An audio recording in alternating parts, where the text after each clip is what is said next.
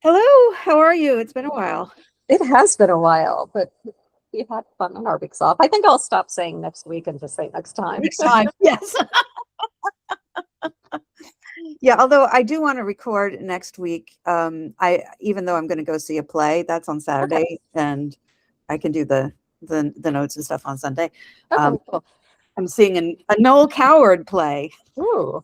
With Rose Byrne, so I'm excited about that. Yeah. Well, welcome after a hiatus to Goodnight, Mr. Holmes, a podcast about the Granada Sherlock Holmes, which ran on ITV in the UK between 1984 and 1994, ran on Masterpiece Mystery in the US around the same time. I'm Laura. And I'm Rachel. And today we are looking at episode 38 in the series called The Golden Pince-Nez, or as they say, Pince-Nez. First published in the Strand in July 1904. And as usual, with this series where we are now, this episode was filmed in Manchester and Cheshire, even though the story takes place in London and Chatham. But what I didn't know, but I found this out while researching, is that Granada uses a lot of the same filming locations over and over and over again. So the professor's bedroom is a room in Adlington Hall, which also appeared as Abbey Grange in that episode and doubled as a lot of other things in a lot of other episodes. The elementary school in the story is set at St. Mary's Church in Cheshire, and that building also served as a backdrop for some scenes in Wisteria Lodge. So the location scouts are just not traveling that far. Right. They're like, it's fine. Right? There's so many old buildings up here, we don't need to go south. They all look the same anyway. So the episode opens on this chaotic scene. It's clearly Russia during the revolution, but surprise, it's not. It's a different uprising.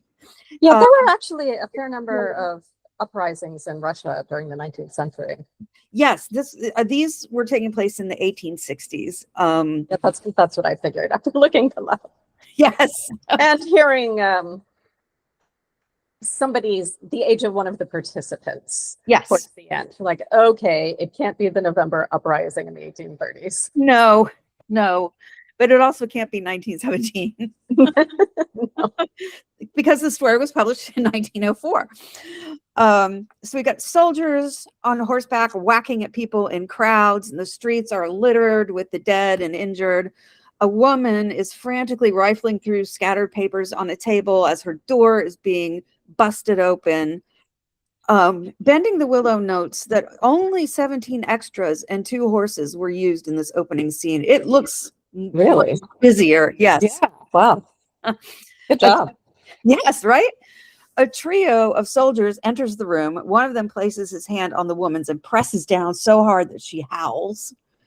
She's wearing golden pince-nez glasses, as we say in the US. And that is a pair of eyeglasses without the earpiece. Yep. So although in her case, you could clearly see the earpieces. I did not see them. I did. Okay. And I've got the world's most enormous TV. I didn't see them. And the pince-nez, and this is demonstrated later in the episode, they're held on the nose with a spring across the bridge. Yes, exactly. And one of the lenses is cracked. At 221B, Holmes is holding up a document and looking at it through a magnifying glass. Mycroft is standing behind him. Holmes is saying, this is the monastery's account dating to the early 15th century. And the lighting here is pretty dim. There's a lot of reds in the background, and the candlelight makes for some reason. There's no real reason why there's a red light. Right, but there is in the corner with the bookshelves. Yeah. And the candlelight makes Brett look sickly and jaundiced, which in real life, I mean, to be fair, any light would make him look like that at the point. Precisely what I thought, Mycroft says. But surely this has great political significance, Holmes tells him. A matter of... Sorry? Really? Yeah, the 15th century, really? From the 15th century? Okay. A matter of particular delicacy, Mycroft says. Sure. Before they're interrupted by a knock on the door, it's Mrs. Hudson ushering in an Inspector Hopkins, who we've never met. Hopkins' overcoat is soaking wet, and we hear this crash of thunder outside. The promising Inspector Hopkins, Holmes declaims. Draw up to the fire and warm your toes. Hopkins hands Mrs. Hudson his soaked overcoat, and he sits down on the wicker couch. I hope you have no designs upon us on a night such as this, Inspector, Mycroft says. Yeah, Mycroft, whom Sherlock has previously described as lazy, always hopes people have no designs on him. Yes. But he wasn't lazy, lazy. He showed up at Sherlock's apartment. This is my brother Mycroft. Maybe you've not met before, Holmes says, as Hopkins struggles to get his galoshes off. And I had to laugh at this because my dad had the same galoshes in the 1970s. They were overshoes that only went up as high as the laces, made of really strong rubber. And in fact, we called them rubbers. And they were incredibly difficult to wrestle on and off because they adhered so tightly to the shoe. Yeah. I had a little pair myself. They were red. But my mother finally gave up making me wear them, and we went to rain boots instead. Yeah, that's a lot easier. Yes.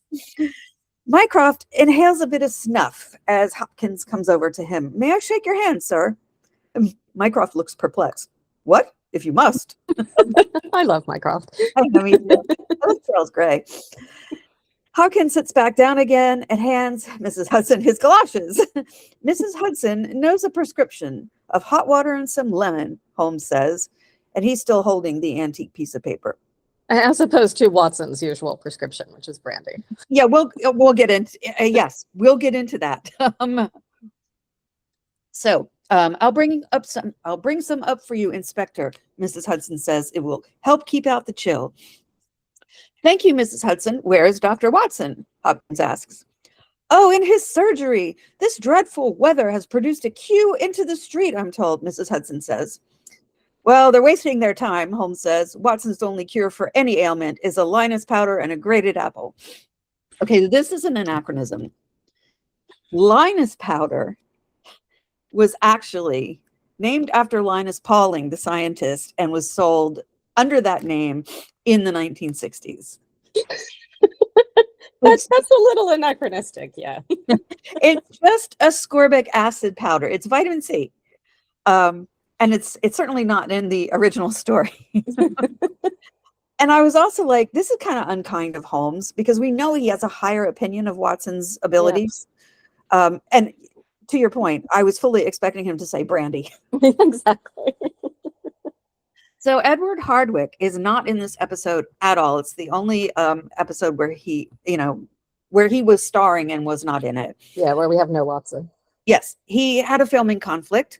He was making the movie Shadowlands which is a great movie, with Anthony Hopkins and Deborah Winger about C.S. Lewis and his romantic relationship with the American poet Joy Davidman, who was previously married to a guy named Gresham who wrote Nightmare Alley.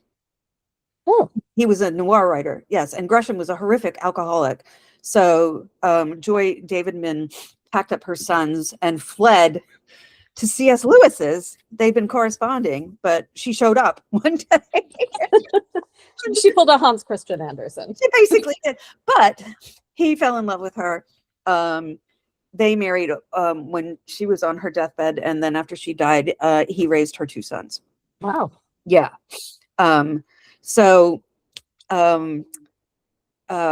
Edward Hardwicke is starring as C.S. Lewis's older brother, who also played a big role in raising the sons. Oh.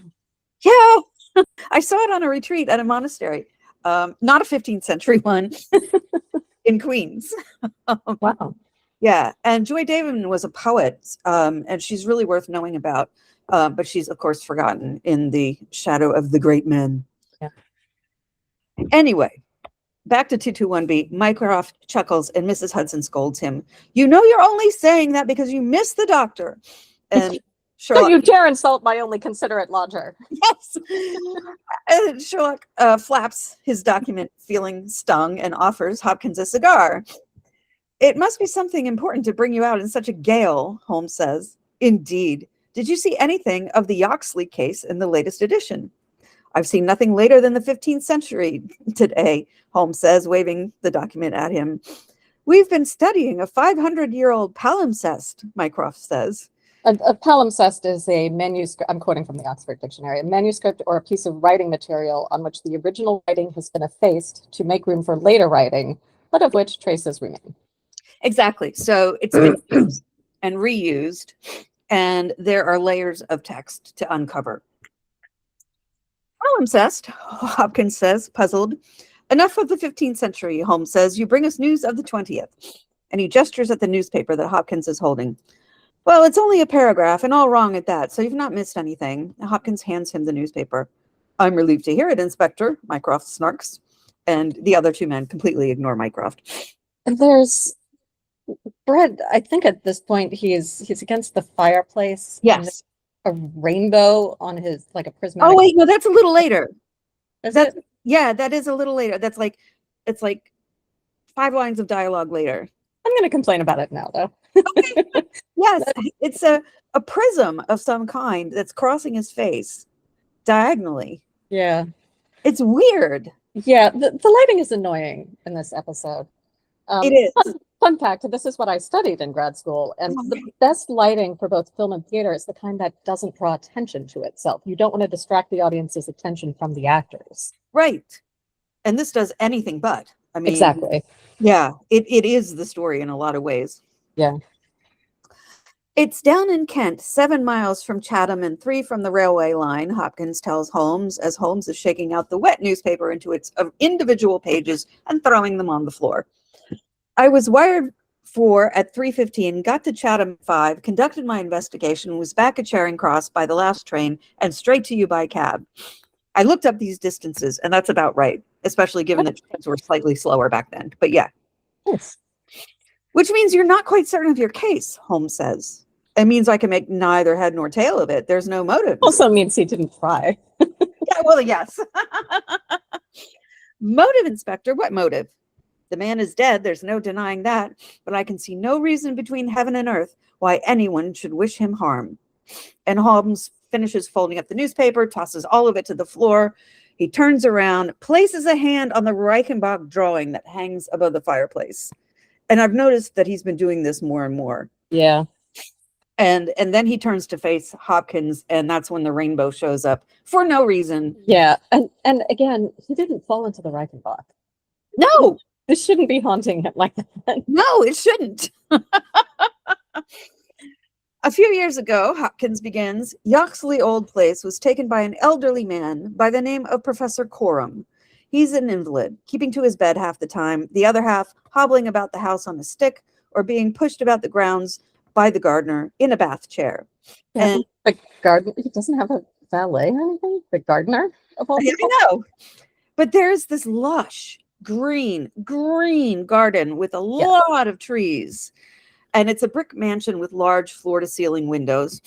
Coram in this scene is in a red brocade robe and a velvet smoking cap. I desperately want a smoking cap, by the way. I don't smoke. But they're cool looking. They're like a combination of fez, pillbox, and beret. Yeah. With a tassel. So he's being pushed in a wheelchair by a younger man. And they were called Bath chairs because they were invented in Bath, England, and used in spa towns for the invalids. Oh, I was thinking bath as in right. taking a bath. Yeah, so I had to look it up. Anyway, Coram is smoking away a large hand-rolled cigarette and chastising the gardener to be careful as the man lifts the professor out of the chair and carries him into the house. Yeah, he's really insulting. Like, if this is the murder victim, I can give you a potential motive. But also, like, why would you be that way with your own staff? They're not going to treat you well as a result. Yeah, especially if you're an invalid. You're really at their mercy. It's very, very stupid. Now, where's my secretary? Mrs. Marker? Mrs. Marker is an older woman, obviously the housekeeper, because she's dressed in very dark. I thought it was black, but it turns out to be dark green. Really? Yes. It looks black on my screen. In later shots, you see it Okay. as dark green. She has a series of keychains dangling from a kind of brooch that was called a chatelaine. You're right. That's worn at the hip. She's holding a pair of golden pince-nez. On the table behind her are a lot of books stacked or laid out and what looks like coral formations and seashells under a bell jar. Mm. It's I wanted to get closer and I just couldn't. It's very pretty. Hopkins continues his narration. The professor is writing a learned book and found it necessary about a year ago to take on a secretary, Mr. Willoughby Smith, a young man straight from university. Smith looks a teeny bit like Henry Cavill with a lot of hair curled over his forehead. Yeah, he does, now that you mention it. And the professor is droning on to his secretary. And the professor looks like he's made out of white hair. He does. He's got a long beard, long hair, bushy eyebrows. It's just big and hairy. And if one can accept the doctrines of monophysitism, then perforce one must also evaluate Christian theology. Monophysitism is the doctrine that states that Jesus was solely divine and never man, which of course upsets the whole idea of the Holy Trinity. And this is where Karam's head is right now. Yeah, and it's regarded as heresy pretty much everywhere. Exactly. Karam lights yet another one of his huge cigarettes. To suggest, he says, yes, Willoughby Smith asks. He's at the desk transcribing. Karam looks at him intently and blows out his match. To suggest, Karam pauses. To argue, Smith suggests. Which one of us is writing this book, Karam asks. You or me? Well, to me, it looks physically like Smith is writing the book. Well, yeah. But Smith says, you are, of course, and he dips his pen into an inkwell. To suggest, and the dialogue here trails off as Hopkins' narration continues. From the first, he says, it appeared that Smith was a quiet, well-educated fellow with hardly any weak spot in him at all. And yet this is the lad who met his death this morning in the professor's study under circumstances that can only point to murder. Well, maybe the professor did it because he sucks. Except he can't move. He said, come here, I need to stab you. Yes. Mrs. Hudson is bringing up the hot water and lemon, which I can attest to, really does help. Mycroft's face is reflected in the glass tumbler. There's some interesting camera work going on here. Murder, Mycroft says. Willoughby Smith was murdered, you say, Inspector. Do go on. Yes, he prefaced the story by saying it was about a murder. Keep up, Mycroft. I mean, Mycroft is not stupid. Why is he being stupid? I don't know. He does fall asleep a few times. This is true. A man, Hopkins says, without a single enemy in the world. Mrs. Hudson, having served Hopkins his beverage, is picking up the sheets of newspaper that Sherlock has tossed about the room. Mrs. Hudson, you're underfoot again, he complains. You're not even moving. How is she underfoot? Your rent is going up again. Right. She's just there and he's annoyed. When you say hardly any weak spot, what exactly do you mean? Mycroft asks. We all have vices of one kind or another. A bolt of lightning flashes, brightly illuminating the room for a moment, and thunder crashes. Holmes, Sherlock, walks to the window and looks out at the storm. Willoughby Smith has nothing against him, either as a boy at Uppingham or later as a young man at Cambridge. So Uppingham is another quote-unquote public school whose alumni include Boris Karloff, Wow, Stephen Fry, who has played Mycroft in the past, and Rowan Atkinson, aka Mr. Bean. wow. Yeah. Although I gather he was fond of a drink or two, Hopkins says. Well, nothing wrong in that, Mycroft says, smiling. And he also had a bit of an eye for the ladies. Each to his own, Mycroft says, which made me think, does he have an eye for the gentlemen? Could be. And that might be what Gatiss and Moffat took as canon. Could be. I can say that. Yep. As the thunder and lightning crash again outside, Holmes is saying, perhaps he was hiding a terrible secret. I mean, yeah, okay. Sure. Smith knew no one in the neighborhood and lived very much as his employer did. Professor was buried in his work and existed for nothing else, Hopkins says. Behind him, Mrs. Hudson is gathering dirty linens from Holmes's bedroom and carrying them out the door. She's just being very busy right now, and I think it's because she wants to eavesdrop. Yes. A man after your own heart, Sherlock, Mycroft said.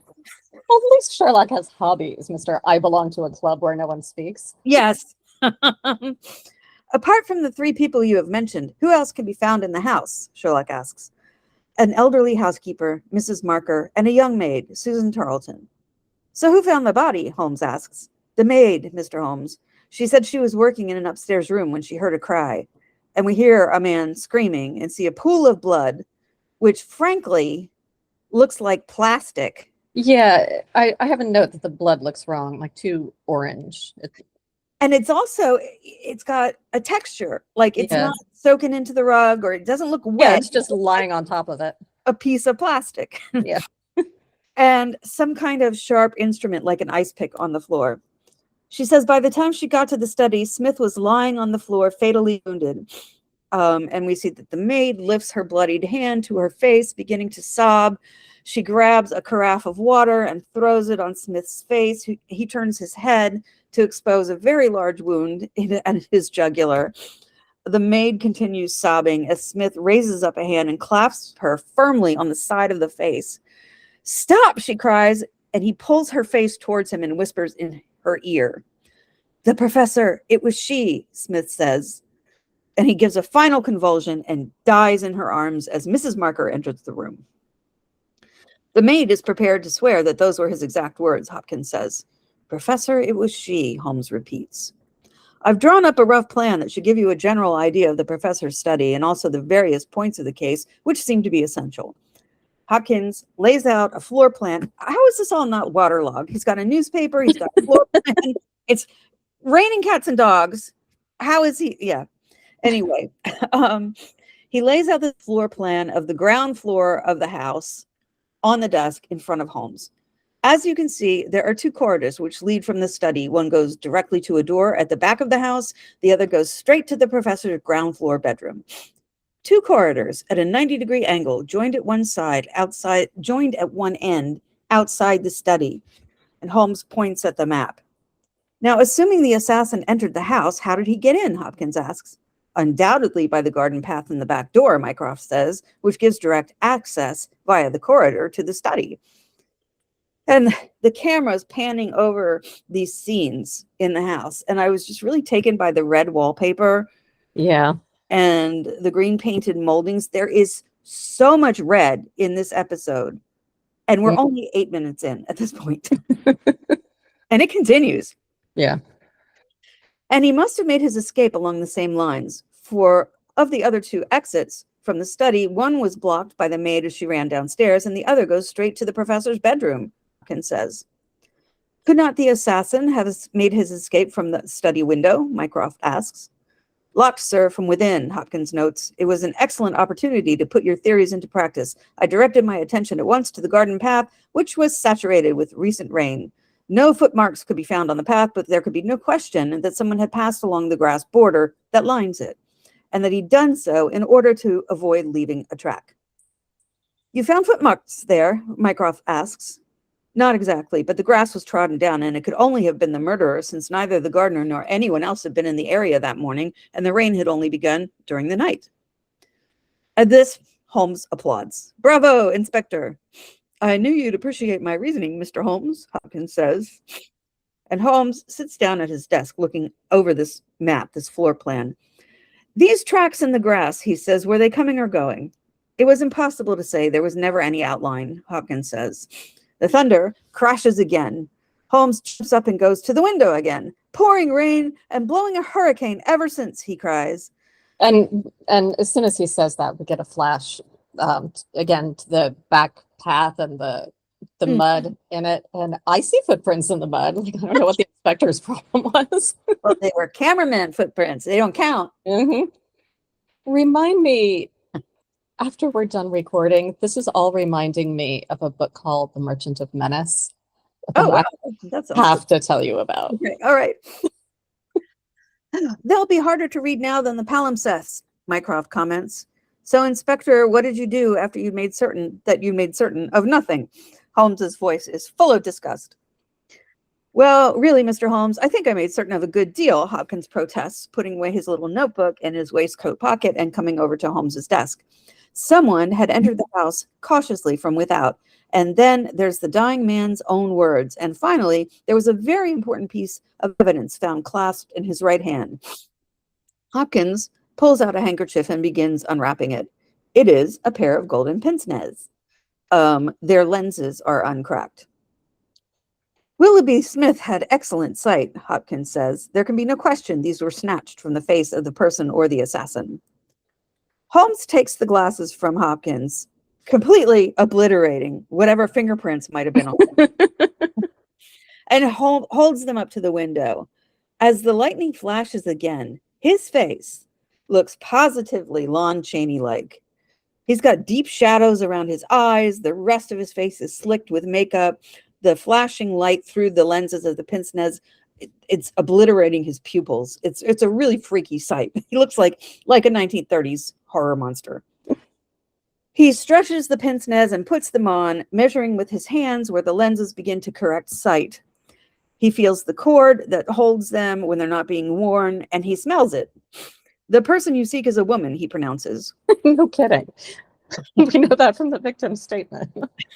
He passes the pince-nez to Mycroft. Well, yeah, who says that can be inferred from their delicacy, and also, of course, the last words of the dying man. Thank you, Mycroft. They're handsomely mounted in solid gold. Mycroft holds them up to his own eyes, and of unusual strength. She must have appalling eyesight. A lady whose vision has been so extremely contracted for any great length of time would surely bear the physical characteristics of such vision. Puckered forehead, a peery expression, rounded shoulders. He hands them back to Holmes. They've also recently been glasses exist. If you're that nearsighted, you're going to be wearing glasses, and so you're not going to have that reaction. Well, and also, yeah, I mean, if you're that nearsighted, when are you going to take your glasses off? Because exactly, you need them to see. So why would you wear pince-nez when glasses exist? Right. Like, I would imagine pince-nez would be basically just for reading. Mm-hmm. Yes. Sort of the inverse of opera glasses. Yes. Of course, I'd intended to go the round of the London opticians, Hopkins says. There's a train from Charing Cross to Chatham at 6 o'clock this morning, Mr. Holmes. Then I shall take it, Mycroft says. Have you anything more to tell us about the case, Inspector? And the look on Sherlock's face is hilarious.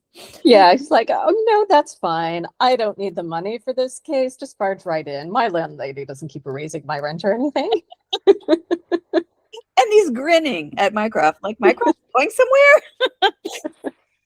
I think you know as much as I do, Hopkins says, as Mycroft takes another hit of snuff. Perhaps more. Perhaps, Mycroft says, and he smiles at Sherlock. What puzzles me, Hopkins continues, is the utter lack of object in the crime. And the scene changes to Miss Marker, again in this dark green dress, looking out of one of the windows of the estate house, watching bobbies and constables comb the very verdant green grass for clues. A man has been cruelly murdered, Mr. Holmes, and not a ghost of a motive can anyone suggest. Maybe he was in the wrong place at the wrong time. In the study. We're studying at like 3 a.m. Why was he there? Yeah, I think this was actually later in the morning. Was it? Yeah, But still, if you don't have a motive, then you do have to explore the possibility that maybe he was just in the wrong place at the wrong time. That's true. Yes. As night falls, a man with a long beard, very long hair, and a woolen overcoat is rattling the gates to the estate, which have been chained. We then see him perched in an oak tree. I verified that by the leaves. Surrounded by these lush... Sherlock would be proud of you. I know, right? These lush green leaves. So it's like this huge canopy of green and that he's like embedded in. He's holding a pair of binoculars. He's not a young man. He's got a large swath of gray. No, he looks like Hagrid. He does. He's certainly not as old as the professor, and he looks to be in his mid-40s. Yeah. And I think given the structure of the coat and the kind of Rasputin-like appearance, plus there's a piece of red cloth sticking out of his pocket, meant to assume he's Russian. So I'm just going to call him the Russian guy from here on out. Yeah. The next morning, the Holmes brothers and Hopkins are riding in a trap from the train station to the estate, passing a group of children playing in a nearby yard. Yeah, they're driving through the set of an early scene of Jane Eyre. Who alerted the local police, Mycroft wants to know. Mortimer, the gardener, an innocent. As soon as it became clear that it was a case for Scotland Yard, the chief constable sent for me, Hopkins responds. The children have moved to the pavement outside of what looks to be their school, playing Ring Around the Roses. So they're going around in a circle with one person in the middle. Their teacher, a red-haired woman, accidentally drops her own pince-nez on the ground. Amazing how many people are suddenly wearing them these days. A lot of people.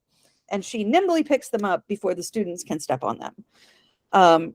So far we've got the mystery woman and her pince-nez. We've got the woman in the riot. We've got Mrs. Marker, and we've got the school teacher. So that's 4 women, all women. Mm-hmm. So lots of red herrings.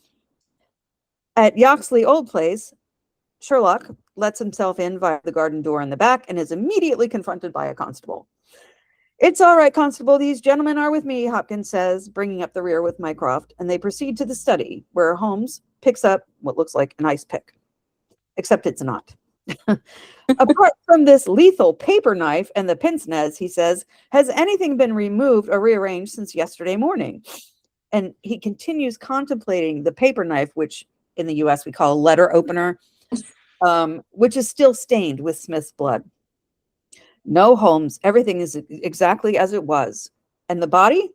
The camera pans out. The blood stains are on the carpet, not the plastic ones. But there's now a red light shining on top of them. Yes. For no real reason. Exactly. And there's also a red light illuminating them. So the rug, the book bindings, again, so much red.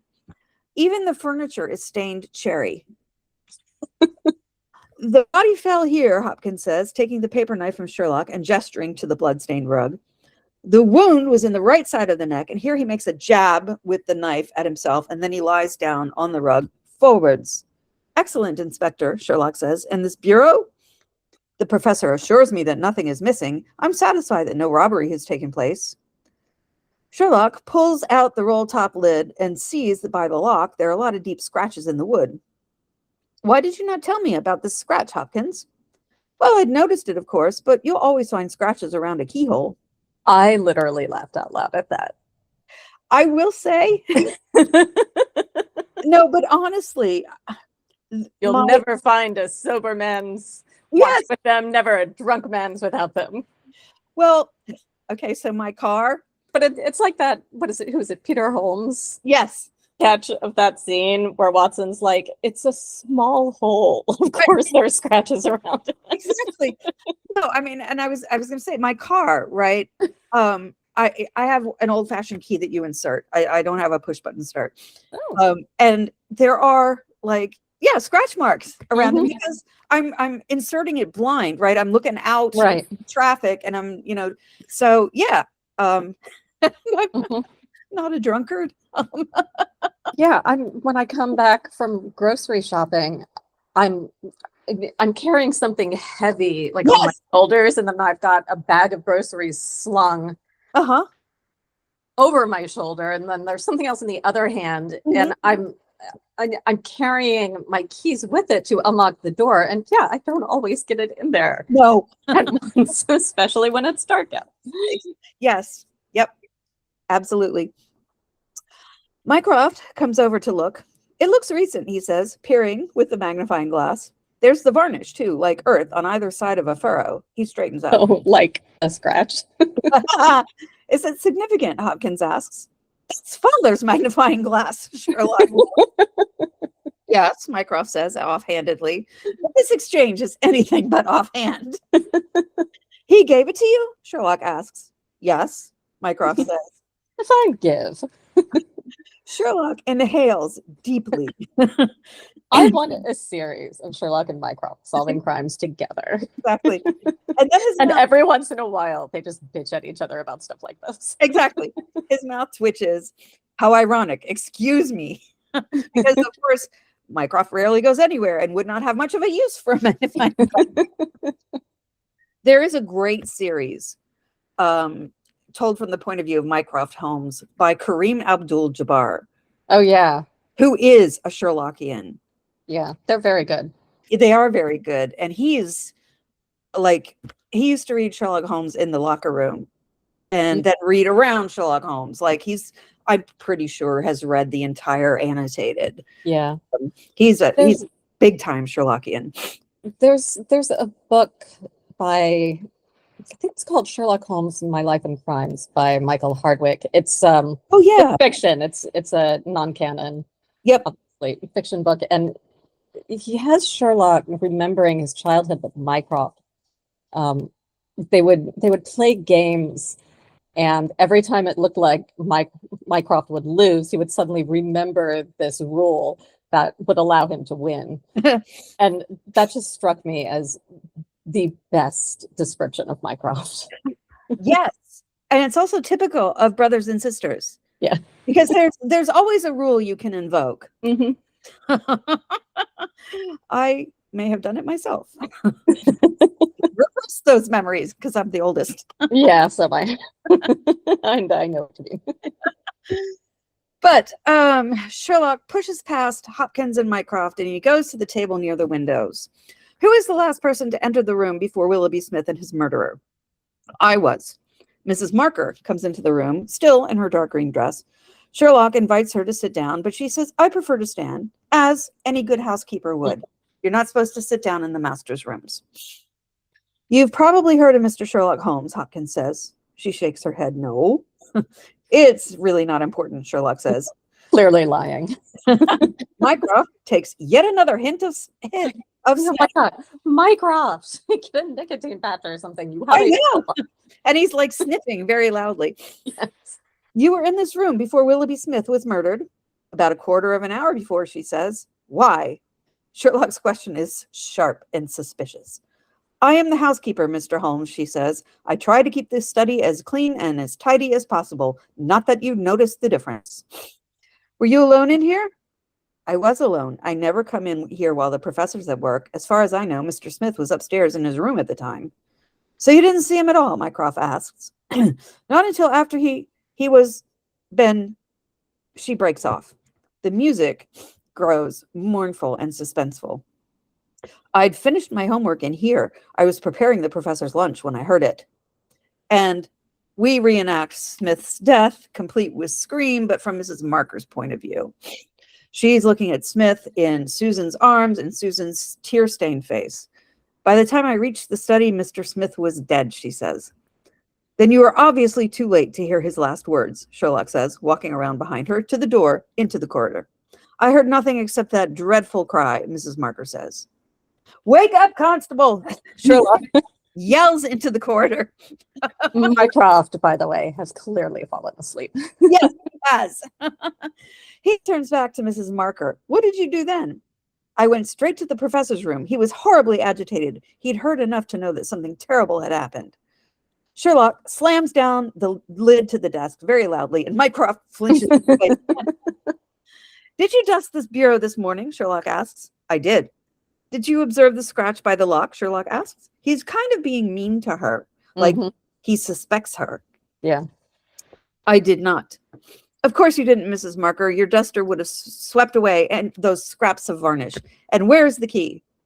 The professor keeps it on his watch chain, she tells him. At all times? At all times, she repeats firmly. She tells the inspector that she has to start making lunch, and he excuses her. Meanwhile, Sherlock is muttering, good, we're making progress. Sure. Would you be so good as to ask the housemaid to come to the study? Hopkins asks Mrs. Marker before she leaves the room. Sherlock sits down at the desk, opening the lid again and flinging papers to the floor, completely heedless of any organizational system. Also disrupting the crime scene. Yes. Let us see what this desk reveals, he says. Mycroft, this is interesting. Holmes is holding up like a ledger open towards the middle. An entry for today in Willoughby Smith's handwriting. He hands the ledger to Mycroft. Abbey, 7:30? How curious, Mycroft says. I think I can answer that one for you, sir, Hopkins says. Professor Coram was writing a book about early Christian heretics, and there are a number of abbey ruins within traveling distance from the house. Susan, the maid, is lingering in the corridor as the men are talking. Yeah, and there's more red light on her. Yeah. It's like there was a sale on red gel or something. I know. Yes, but Abbey, 7:30. Why 7:30? Mycroft has got his monocle out as he stares at the entry in the ledger. Miss Tarleton. Not a pince-nez. No, come on. Miss Tarleton, please come in, Sherlock says without looking up. Please sit down. She comes kind of creeping in, obviously afraid and completely put off by all the blood still on the carpet. Mr. Holmes is a detective from London, Hopkins says. Sherlock's back is still turned to her. Will you tell him everything you saw and heard yesterday morning? She works herself up into giving her account, staring all the time at the blood on the floor. It was between 11 and 12. Professor Coram was still in bed. When the weather is poor, he seldom rises before midday. Mrs. Marker was busy with some work in the kitchen. The music, meanwhile, is growing more suspenseful. Sherlock turns around to face her, and he takes off his scarf, which is deep red, almost black. He drops it to the floor, kind of in the shape of the blood stain. Gross, dude. Sorry? Gross. I know. Susan looks up at him instead, and he smiles. Now you can look at me, Sherlock says. So basically, he covered up the blood stain that was freaking her out. With his scarf. With his scarf. Now that she can keep her head clear and answer questions. Looks like she's 14, by the way. I know. She's a very sweet-looking girl. Yeah. So where were you? I was hanging some curtains in one of the bedrooms upstairs. Mr. Smith had been in his own room. At that moment, I heard him walk along the passage and descend to the study, she tells him. How can you be sure it was Willoughby Smith? Sherlock asks. Because he has a familiar tread, sir, she says. I didn't hear the study door close, but a minute or so later, there came a dreadful cry. It was a wild, hoarse scream, so strange and unnatural. Could have come from either a man or a woman. Yeah. It was clearly a man screaming. I ran down to the study and found Willoughby lying on the floor. And note, she uses his first name, not Mr. Smith. Oh. The music builds to a very tense crescendo. Saw the blood. I didn't realize he must be dead. And she sobs. And then he spoke. It looks like he has razor burn. Yeah. It was she, Sherlock whispers, and she looks sharply at him. The professor. It was she. Yes, the maid says. Curious words. Do you know what they mean? No, sir. Are you sure? No, sir, Susan says, and she starts sobbing again. Could anyone have left by the rear exit after the time you'd heard the scream? Sherlock asks. Even before I'd got down the stairs, I'd have seen them in the passage, she tells him. And the back door never opened, or I would have heard it. Thank you, Miss Tarleton, Sherlock says, getting up from his chair. He's really good with her. He is. Unlike with the housekeeper. Yeah. His coat kind of whirls behind him in a almost a Cumberbatchian sort of way as he heads to the study door. Mycroft, Inspector! And they follow Sherlock out. Perhaps he was the victim of a lover's quarrel, Hopkins muses. Also, he left his scarf there. Yes, but we'll get to that. He's like, oh, you can keep it. It's disgusting now. How very tiresome for the man, Mycroft says. Susan, in the study, sinks down from the chair to the floor. She picks up Sherlock's scarf, holds it to her face. And at this point, I don't know, it became very clear to me that she was in love with Smith. Mm-hmm. It's nearly midday, Sherlock is saying. Will the professor be in his room? Yes, he hasn't left it since yesterday morning, Hopkins says. Then you must introduce me, Sherlock says. He's looking carefully down each corridor that splits off from the study door. What is it, Mr. Holmes? Hopkins asks. Both corridors are lined with coconut matting, Sherlock says. You've noticed, Mycroft says. Just then, Susan comes running out with Sherlock's scarf. She clutches at him, sobbing, and then gives it back to him and says, Thank you, sir. What of it? Hopkins asks, still thinking about the coconut. Yeah, I know. And Sherlock takes the scarf like, thanks. He It's smells it. and gross now. He smells it. And then he says about the coconut matting, it seems to be suggestive. So coconut matting is a common floor covering that was introduced to Britain during the colonization of India by a company called Treloar and Sons, founded by 3 British gentlemen, a baronet and 2 army captains. And they supplied coconut matting almost as a monopoly for years and years and years. And it was just a standard issue in any British home. Wow. Yeah. It's like, you know, what do we have here? Like the straw type of matting, jute. Yeah, it's tatami mats, things like that. It's, you know, it's a fiber from a seed. Indeed. I feel like they were bigger in the 70s. Yes, they were. Yes, and they were very scratchy. Yeah. Indeed, asks Hopkins. They follow Sherlock as he walks briskly down the corridor to the professor's bedroom. He knocks, he opens the door, and is immediately confronted by an ornately decorated room filled with cigarette smoke. The professor is in a large bed with a canopy and curtains, and behind him is an enormous mural depicting some kind of historical confrontation. Yeah, it's not really clear to me either. It's one of those that's more presentational than representative. Yeah, I saw, like, they could have been Roman soldiers, they could have been cavaliers. I just, you know. Yeah. Lots have been Napoleon trying to conquer Russia. Yeah. Lots of swords and spears. Yeah. It's kind of hard to see because of all the smoke, but in the middle of this mural is a woman wearing a bright red dress. Of course. The men enter. Hopkins is fanning his face with his hat. The professor, again, all shaggy gray hair and beard, is wearing a red woven vest with paisley designs on it. He tells them, close the door, Hopkins. The cold air won't help my bronchial condition.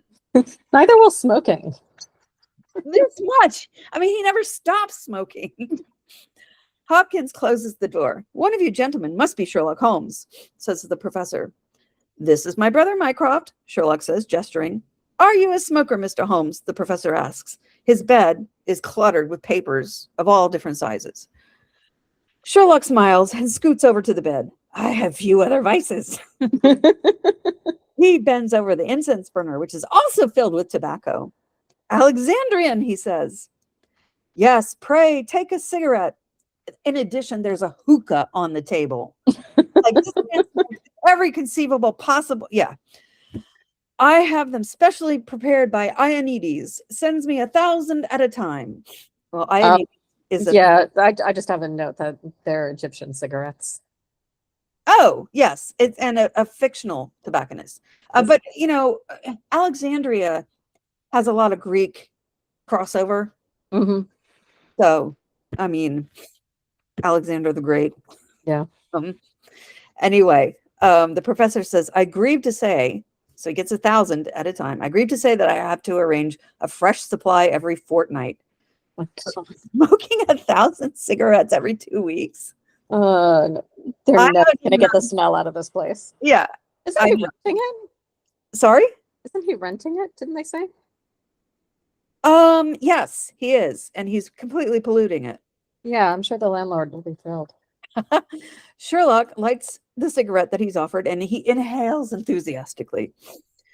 You, sir, the professor asks Mycroft, who is standing by a large bookcase. Thank you. No, I prefer this, Mycroft says, holding up his snuff box. I prefer to snort mine. Unbeknownst to us, Mycroft is secretly spilling some of the snuff on the floor. Hopkins is not as enthusiastic a smoker, and he starts coughing. Sherlock continues smoking, looking up the mural. Again, at the center of it, the woman wearing a red and gold gown.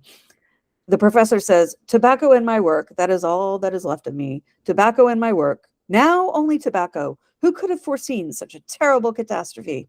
You could hire somebody else. I know, right? Like, I mean, they get into that. I assure you, Mr. Holmes, that just after a few months' training, he was an admirable assistant. What do you think of the matter? I've not yet made up my mind, Sherlock says. He comes around onto the other side of the bed, kind of leaning in. I would be indebted to you if you could throw a light when all is dark to us, the professor says. Such a blow, paralyzing to a poor old bookworm, invalid like myself. Could you not continue your work, Professor? Mycroft asks. And he's shaking more snuff onto the base of his thumb. Alas, Mr. Holmes, I seem to have lost the faculty of thought, the professor says. So that's his excuse. My assistant's dead. I can't think anymore. Oh dear, Mycroft says. And clearly, to him, such a fate would be unimaginable. Sherlock picks up a sheaf of papers from the bed. My magnum opus, the professor tells him. My analysis of documents found in the Coptic monasteries of Syria and Egypt. It is a work that I hope to cut deep at the very foundations of a revealed religion. This looks impressive, Sherlock says. Yeah, from InsideEgypt.com, Copts are the indigenous Christian community of Egypt, descending from the ancient Egyptians. Yes.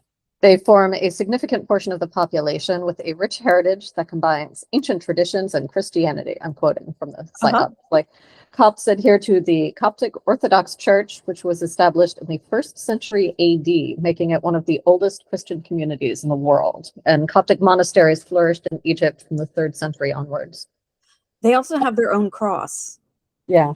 That incorporates an Egyptian ankh with the cross. It's kind of cool. Yeah.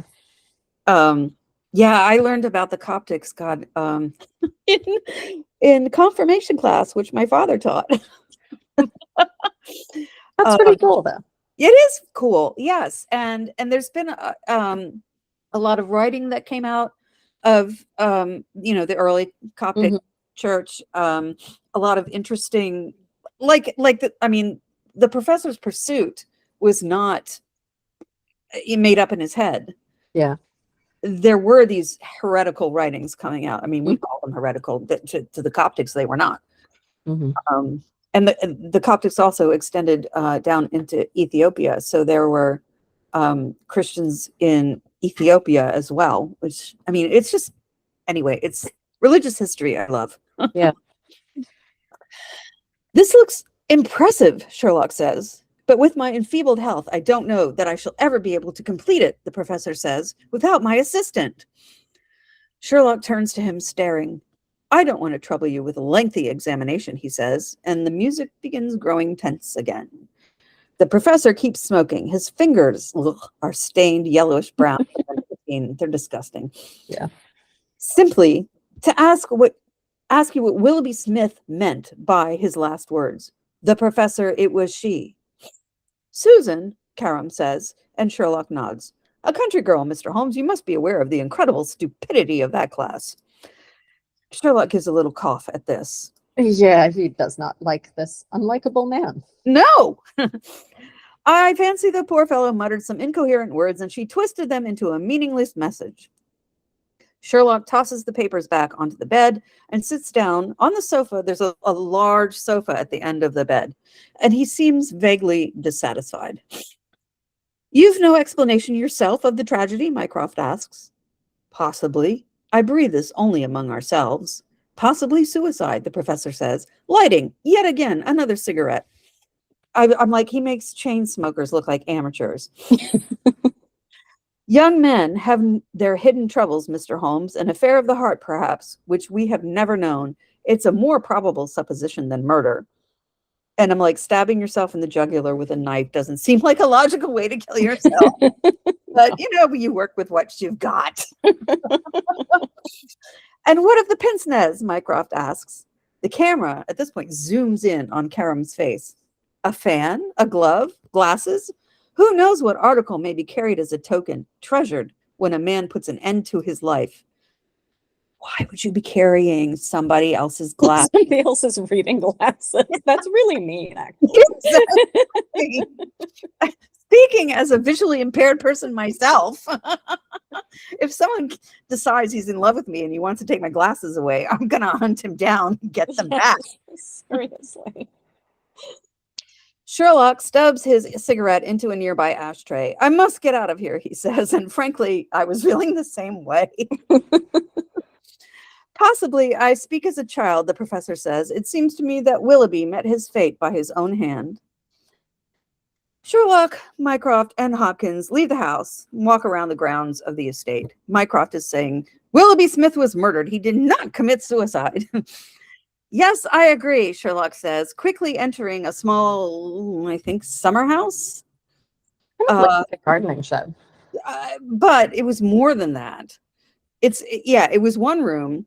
It's brick on the outside. Inside, yes, are lots of plants, including calla lilies that are beautiful. The walls, though, I was really taken with these walls. They're mosaics of stone and coins and shells. And I wanted to be in that room and look at all of that. Mm-hmm. There's a Venus de Milo reproduction and a small table. In one corner is a wooden chair made of tree branches. The whole thing looks like something Van Gogh would have painted if he'd ever had a green period. The two men join him. Sherlock takes out a cigarette and lights it. As he's doing this, Mycroft asks Hopkins to arrange him a ride to the railway station, and he takes out his snuff box. I have to go back to town, so I'll take you there myself, Hopkins says. So he turns and he leaves that building. I think you might find this more beneficial than Alexandrian tobacco, Mycroft says to Sherlock, putting his snuff box on the little table. Do you remember what Papa used to tell us when we were young? Eliminate the impossible, and whatever remains, how improbable, must be the truth. How dare you steal Sherlock's words? Thank you. I forget his exact words, but those are near enough. He also walks out of the building into the lush garden and calls back, see you in London. Take my magnifying glass. I know. Words. Why we don't hang out, Mycroft. Very dare you, Mycroft. You usurper. Sherlock so there's a mirror hanging on the wall as well. And he's facing this mirror. He's staring at the match he just lit. Ionides, he mutters. And he turns to look at the Venus de Milo statue blowing out his match. I'm overlooking something and it's staring me in the face. At the railway station, Mycroft and Hopkins are being victimized by suffragettes with leaflets. Oh, thank you, my dear, Mycroft says, taking one and putting his monocle in to read it. Hopkins comes around the trap where Mycroft is still sitting and says, bad news, I'm afraid, sir. There isn't another train for Charing Cross until late this evening. If you double-check the railway timetable before dragging me to this wretched place, Mycroft says grumpily, and he's reading the leaflet headlined, Votes for Women. I know, sir, and I'm sorry, sir, Hopkins says. Just a minute, Inspector. London can wait. I think we should postpone our trip for a little while to attend a political meeting. Next, Mycroft and Hopkins are crashing a suffragettes assembly. Hopkins is saying, you shouldn't encourage these women. They're troublemakers, little better than criminals. And actually, a lot of them did do crime as a form of protest. Mycroft keeps going, ignoring the shushing and the murmuring of the women in the audience. Organizer, Miss Abigail Crosby, meeting held in the church hall at 7:30. He sits down and Hopkins sits next to him. Think back, Inspector. Willoughby Smith's diary. Abbey, 7:30. Do you mind, says a woman behind Mycroft. She pokes him. Seriously. Thank you, gentlemen, for your sensitivity. Abigail Crosby, says from the stage, which is lined with beautiful mauve-colored hydrangeas. She's got flaming red hair tucked up under her hat. She is, in fact, the school teacher that we saw earlier. We hear of reform after reform, and yet still nothing is done to improve the position of women in society. She's standing in front of a banner of Boadicea, the ancient queen who battled the Romans in the year 60 AD, who is a feminist hero. The fate of our country is still being decided by men alone, and yet women who are subjected daily and equally to the laws of the land are not permitted to vote. She has a mild Irish accent, I noticed. Yeah, very, very mild. Very mild, yeah. Like she almost sounds American. Yes. The room erupts in applause. Formidable, Mycroft says. Votes for women indeed. Whatever next, harumphs Hopkins. Women police, women politicians. I'm not going to tell you again, yells a woman to Hopkins. God forbid, Mycroft says. The struggle for female enfranchisement has so far been a peaceful one, Abigail continues. The time has come when we must ask ourselves how much longer this state of affairs can continue, how much longer we should allow ourselves to be treated like second-class citizens. You tell them, Abigail, calls out one of the women. Poppycock, Mycroft says. Why don't you shut up, says another woman. Yeah. This is very comical. I'd like to read you a letter which I received 2 days ago from Mrs. Garrett Fawcett, urging us to continue the fight until we achieve our aims, Abigail says. Mycroft nudges Hopkins. That should interest you, Inspector, he says, pointing, and Abigail has taken out a pair of golden pince-nez. Hopkins stares. Sherlock is still pondering back in the quasi-summer house. He's got a hand on the mirror, striking pose, similar to that back in 221B when he puts his hand up on the Reichenbach Falls drawing. He's really missing that poster. Yes, it's the poster upon which I drape myself when I'm contemplating. When I wish that I had managed to fall into the Reichenbach and yet crawl my way out, it would have been so much more dramatic than what actually happened. Well, he is a drama queen. Yes. He's holding Mycroft's snuff box and saying, Mycroft. Back at the suffragettes meeting, Abigail is saying, those in a position to help are stricken by deafness. We are told that the country has more important things to worry about than votes for women. But tell me, what could be more important than the rights of half the population? Was the late queen not also a woman? Yeah, but she had magic blood or something. She also didn't vote the royals don't vote. Yeah. They don't sully their hands with this political nonsense. In the audience, another young woman with flaming red hair is paying rapt attention. It's Susan Tarleton, the maid. Mm-hmm. As the speech ends, the women applaud her and reach out to shake her hand. Mycroft stands up and says, I've had quite enough of the criminal classes for one day, Inspector. Where's that carriage you promised me? Mycroft. Yeah, right? He gets up and Hopkins follows him out of the meeting hall. Susan follows them, but she is stopped short by Hopkins. In the next scene, Susan is being interrogated by Hopkins at the local constabulary. I don't know nothing about nothing, sir, honest. Then why are you crying, Miss Tarleton? Because I don't want to be in no trouble, she says. I'll lose my situation if I do. I mean, if I was being interrogated ruthlessly, I would be crying too, even if I was completely innocent. I'll ask you one more time. Was Willoughby Smith acquainted with the school teacher, Miss Abigail Crosby? I don't know. You do know, Miss Tarleton. Hopkins is over her, and this shot is in shadow. It's like the stereotypical interrogation. Yeah. It's useless to lie. Yes, he was. They knew each other, all right. They had a blazing row. And we hear Smith's voice yelling, Abby, will you listen to me, please? The day before yesterday, the maid continues. You're wasting your time on these suffragettes, Smith says in the flashback. Thank you, Willoughby, Abigail says. Your support is as overwhelming as ever. In the interrogation room, Susan said, he said he loved me, that he'd take care of me, and I believed him.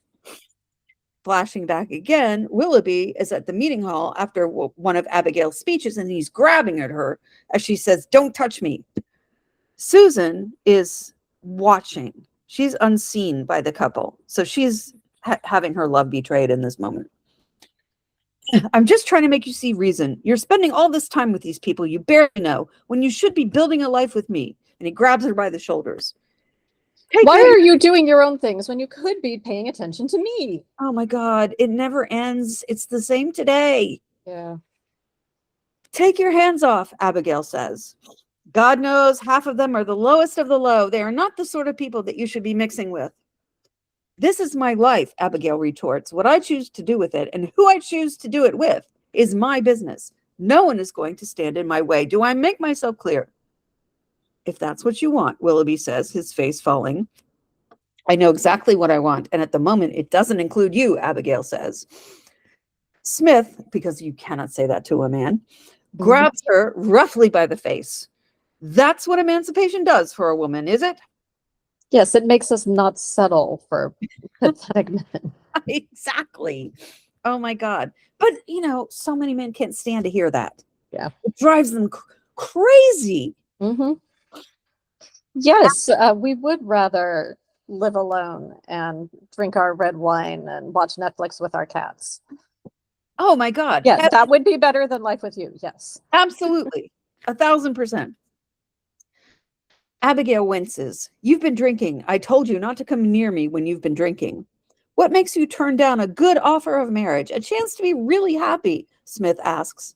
From her hiding place, poor Sarah, she looks completely devastated.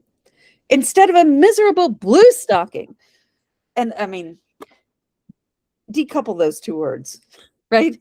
You can be a blue stocking and not be miserable. That's a projection. Abigail slaps his face. Smith responds by punching her. She falls. She flies across the room. Yeah, she falls to the floor. You'd better leave, she says. No kidding. Like, holy shit, dude. You know what? The professor was right. He committed suicide. We can stop investigating. Exactly. So back at this summer house garden shed, Sherlock opens the snuff box. It's empty, he says. He remembers that Mycroft told him it would be more beneficial than Alexandrian tobacco. Meanwhile, on the other side of the property, that Russian man is still staring at the locked gate as a constable paces back and forth.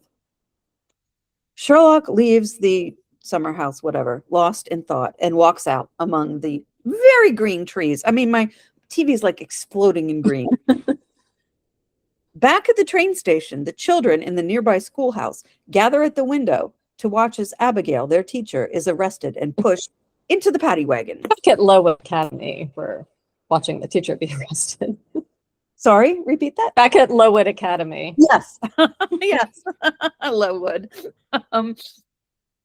Sherlock follows Hopkins into the cell where Abigail is being held.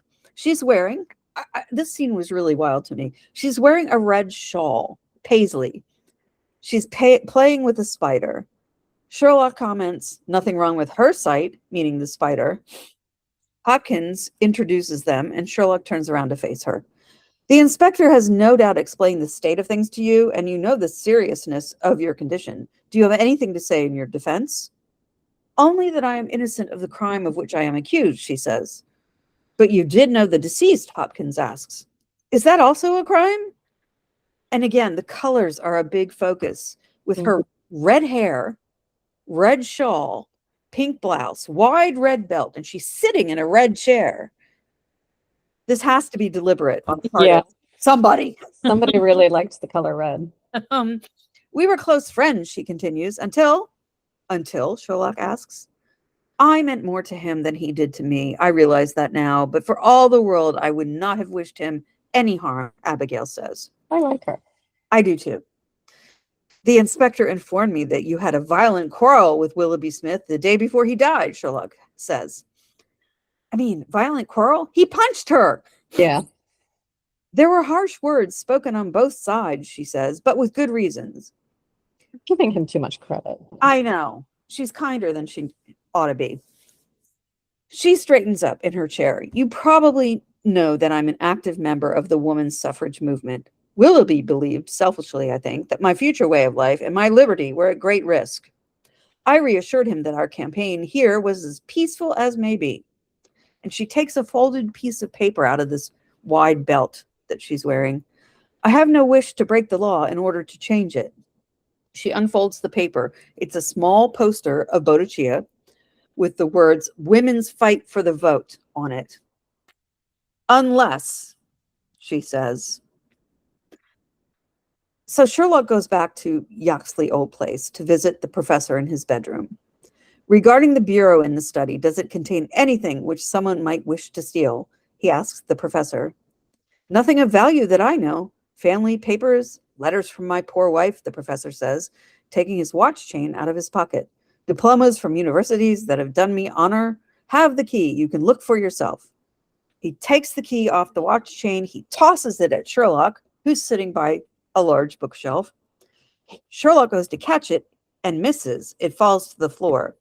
When Sherlock bends down to get it, he sees footprints in the reddish dust that covers the stone floor. He picks up. There is a housekeeper and a maid, and presumably somebody has got to bring him food. So, but this is all like in the same day. So he picks up the key, he gets some of the dust on his hands, and he smells it. Snuff, he mutters. So remember, he would have had to eat that day too, though. Like I guess it depends how much time has passed. Yeah, and I mean, it's a big house, and she's one housekeeper, and her maid is useless right now. I don't know. It is a continuity error for sure. Mrs. Marker comes in with the professor's lunch, and see, like I said, that's the tray on the bed tray next to him.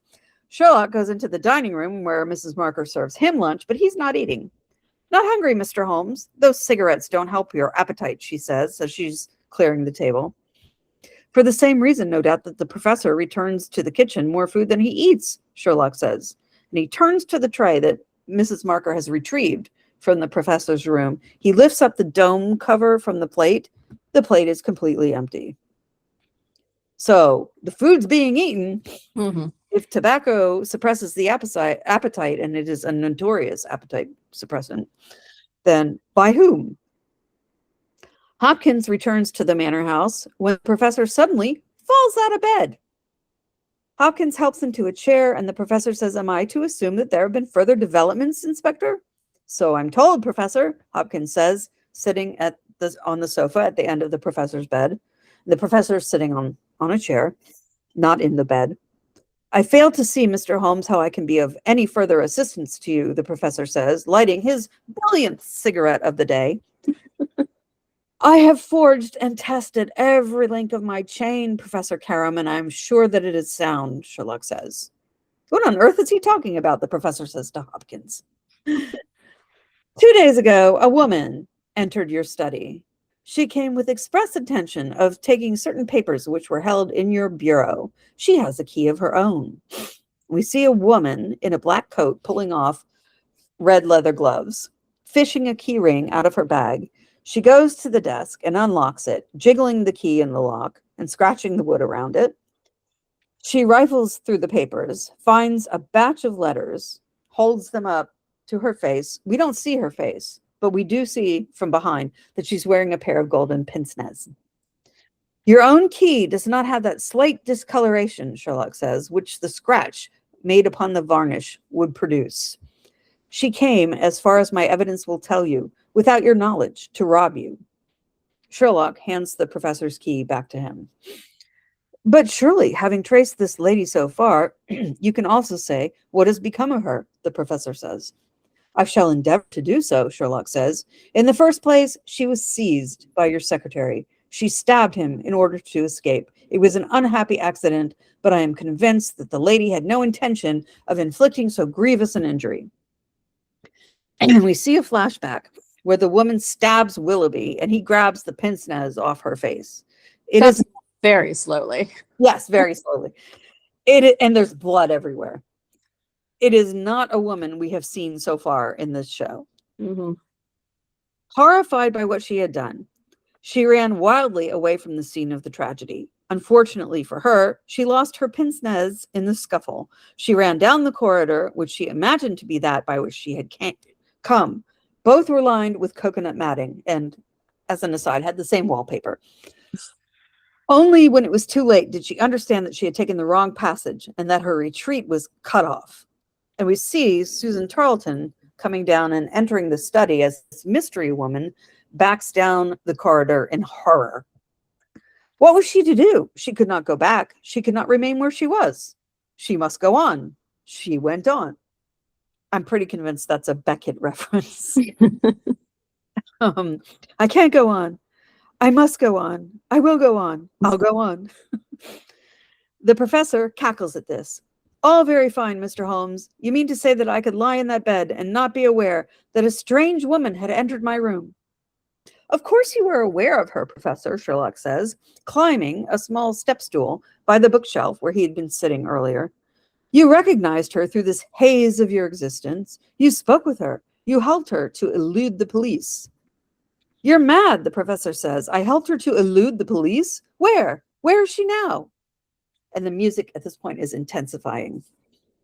Here, Sherlock says, gesturing at the bookcase, where she has been all along. And the bookcase opens. It's a door. You were right, the mystery woman says. You were right. She has a Russian accent. Well, I'll be damned, Hopkins says, getting up from the sofa. I am here. She emerges from the small room behind the bookcase and falls on the bed. Her hair is disheveled and she cringes at the light. She's been in the dark. It's all cobwebs back there. Sherlock tries to help her, but she pushes him away. She's still wearing her red gloves. She straightens up and sits down on the bed. I could hear everything, and I know that you have learned the truth. But you were right to say it was an accident, she says to Sherlock. I did not know it was a knife in my hand, for in my despair I snatched at anything and struck at him to make me let him go. Oh, to make him let me go.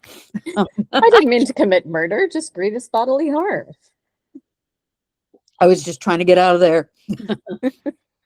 She staggers toward Sherlock, who grabs her and helps her stand again. It's clear she cannot see very well at all. I have only a little time here, and I would have you know the whole truth. Sherlock hands her the pince-nez that Willoughby Smith had grabbed off her face. She starts to put them on, but then she shakes her head at Sherlock, and she's near tears. I wasn't sure. Did you get a read on what that was about? No, I was too busy just kind of going, oh, so this is one of those out of left field solutions. Yes. Cool. I'm like, is she trying to tell him that those are not her glasses? Actually, I just remembered I came in and found him dead and another woman wearing his glasses there. That I am this man's wife. He is not an Englishman. He's a Russian. Why should you cling so hard to that wretched life of yours, Sergei? It has done harm to so many and good to none, not even yourself. I feel like we should have had some reference to this sooner than now, aside from the opening scene. And all the red, which is Bolshevik. Which didn't really happen yet. I know. Exactly. Well, there were Bolsheviks at this time, I think, or, groups that were going to become them. Mm-hmm. Anyway, she sinks to the floor. She's sobbing. You were 50, and I, a young girl, when we married in St. Petersburg. I loved you so much. More than that, I idolized you. I would have done anything for you, and I did, because then you were everything to me. But we were reformers. We were nihilists, and soon there came a time of great trouble.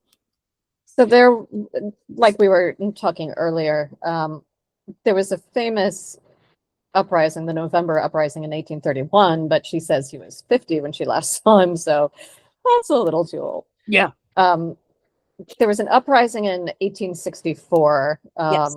The rebel group began in 1873, and presumably there were some skirmishes, whatever. And there was an uprising in 1876. Okay. So it could have been 64. I kind of think it was more likely 76. And then there was an uprising in like 1904, but that's a little recent. Yes. No, this would have been going to press when that happened. But there was a lot of violence and back and forth in Russia.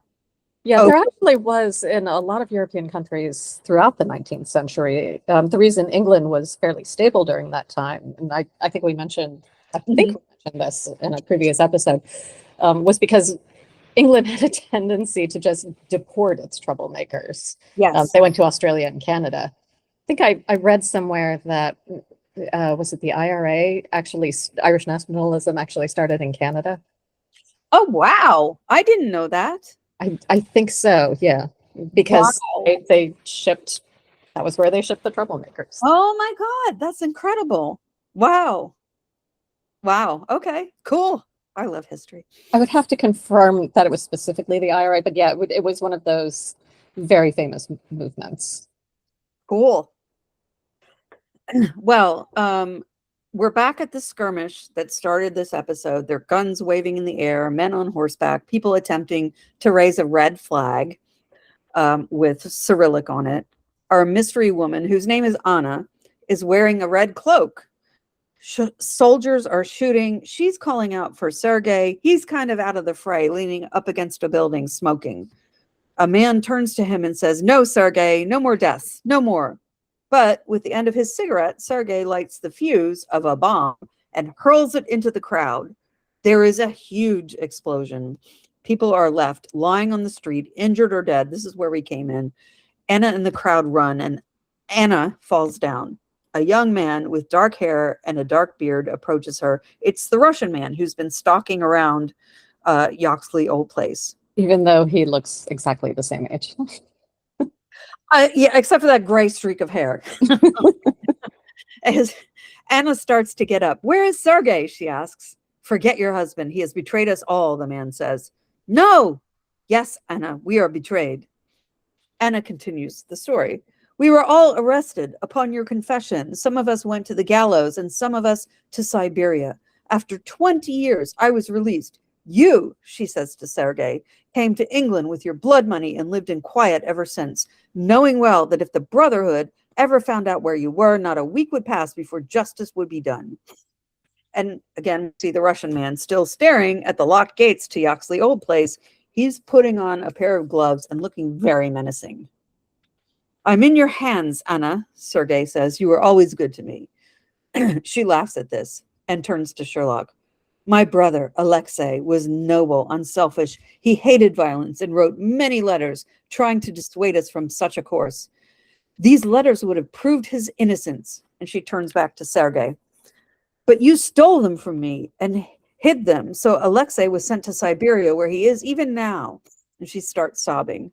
"As soon as my term of imprisonment was over, I determined to get the letters that would procure my brother's release. I knew that my husband had come to England, and that after many months of searching, I determined where he was." And she starts to collapse, but she pulls herself together. "So at least I determined to get the letters for myself." There's a lot of determining going on in this colloquy.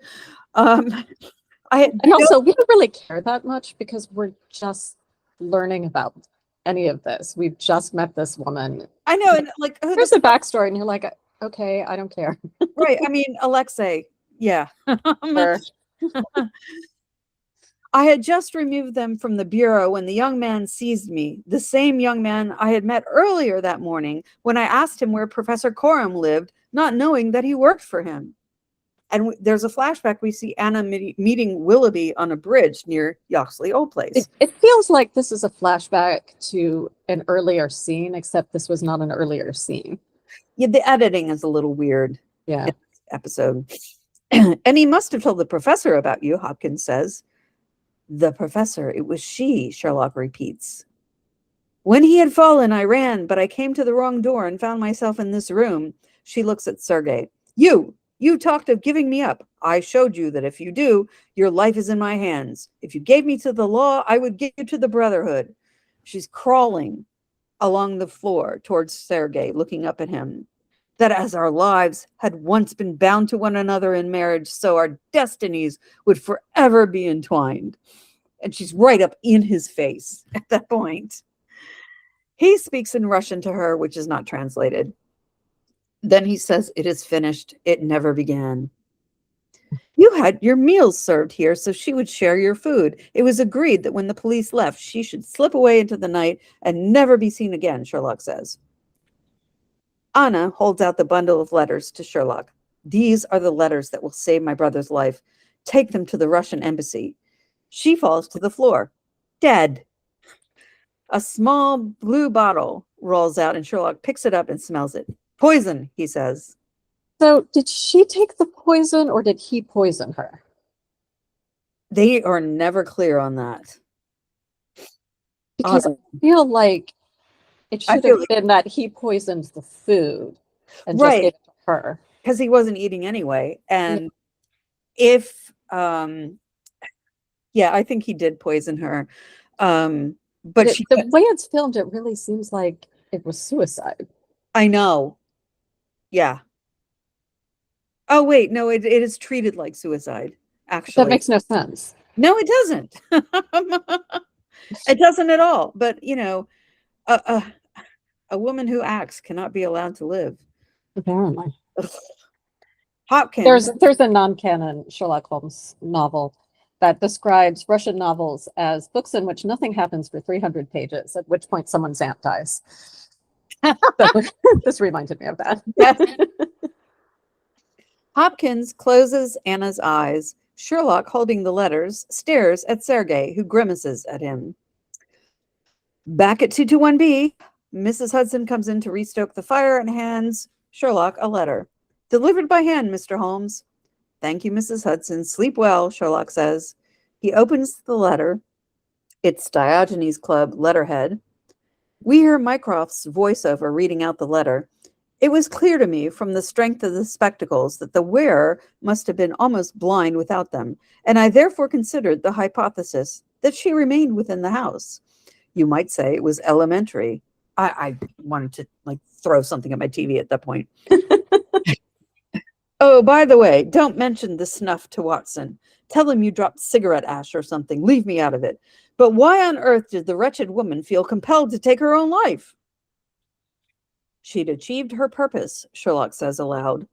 Past hope and in despair, and the death of love, of course. Oh, Professor, be sure your sin will find you out. The professor, meanwhile, is lying on his back in bed, staring up the ceiling. The Russian man is on the roof at the skylight. The professor looks anxious. The Russian man leaps down, and this is an extraordinary shot. The man comes down practically on top of the camera and strangles the professor and leaves somehow. We don't know how. The cigarette is still smoking after the professor dies. And of course, immediately I think it's going to cause a fire among. Yeah, exactly. The whole place goes up in flames. And that'll be the official end of the professor / Sergei. Of course, he died smoking in bed. Mm-hmm. So this episode is pretty true to the original story. Mycroft scattering snuff on the floor by the bookcase. In the original, it was Sherlock who was scattering cigarette ash. And I kind of love how they made the ash canon because Mycroft told Sherlock to. Mm-hmm. Like, as you related this to Watson, don't tell him it was snuff. Tell him it was ash. And the story was expanded, of course, by the introduction of the suffragettes. And also, as we said, the story was written in 1904, before the Russian Revolution. So the Nihilists were an active political movement that was kind of Ayn Randian in nature, the importance of the individual above all. Yeah. And I was like, okay, so it's ironic. There's a brotherhood. You guys not read your own literature? Right. It sort of came to a head in the 1860s when Chernyshevsky published his novel, What is to be Done? And like a year later, Dostoevsky published a satire of this called Notes from the Underground. Yeah, there's a lot of back and forth, a lot of backstory. I love when writers do that. I know. And what would have shortly been before this time period when Anna and Sergei were involved in the movement. So yeah, we get Russian history. We get not quite a history of 140 different types of tobacco ash. But most of all, we get some really stellar sets and the alternating red and green theme, which I'm not sure what the green was about. I didn't notice the green as much. It was hard to miss the red. Yes. And maybe, again, it's because I have a big TV and it's HD and I'm seeing so much vibrancy. But yeah, the red was really excessive. Yes, it was. And the rainbow. Yeah. Oh. So that's the end of my notes and transcription. I did kind of enjoy this one. It was one of the better late ones. Yeah, it really was. It was more or less internally consistent until the end when she killed herself. Yeah. Or did she? Or did she? In the original story, Holmes does deliver the letters to the Russian embassy. Okay, good for him. and rescues the brother. Good. Who, I mean, so they split up. The brother is also the Russian guy. Like they split. Yeah. Anyway, I was surprised by how true to the original it was, and because some of these are wildly not. Yeah, the suffragette story was subplot was actually pretty well integrated, I thought. Yeah, I thought so too. Absolutely. Which is not something they have a history of doing. No. And of course the suffragettes were not in Conan Doyle's story. Yeah. I suspect he would have been sympathetic. I suspect, yeah. He was a Scot. Mm-hmm. He didn't like the English anyway. And he did sympathize with the underdog. Yes, that's true. So this was a long one. Apologies for the length. Oh yeah, gosh. Yeah, right. What is it? Okay.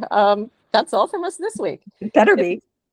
If you've enjoyed the show and haven't subscribed yet, you can subscribe wherever you get your podcasts. If you want to support us, you can leave a 5-star review on Apple or Spotify or whichever platform you use that will allow you to leave reviews. Tell your friends and join us next time when we'll be discussing The Red Circle. Probably won't be as long as this Probably not. podcast episode has been. All right. Talk to you then. Bye.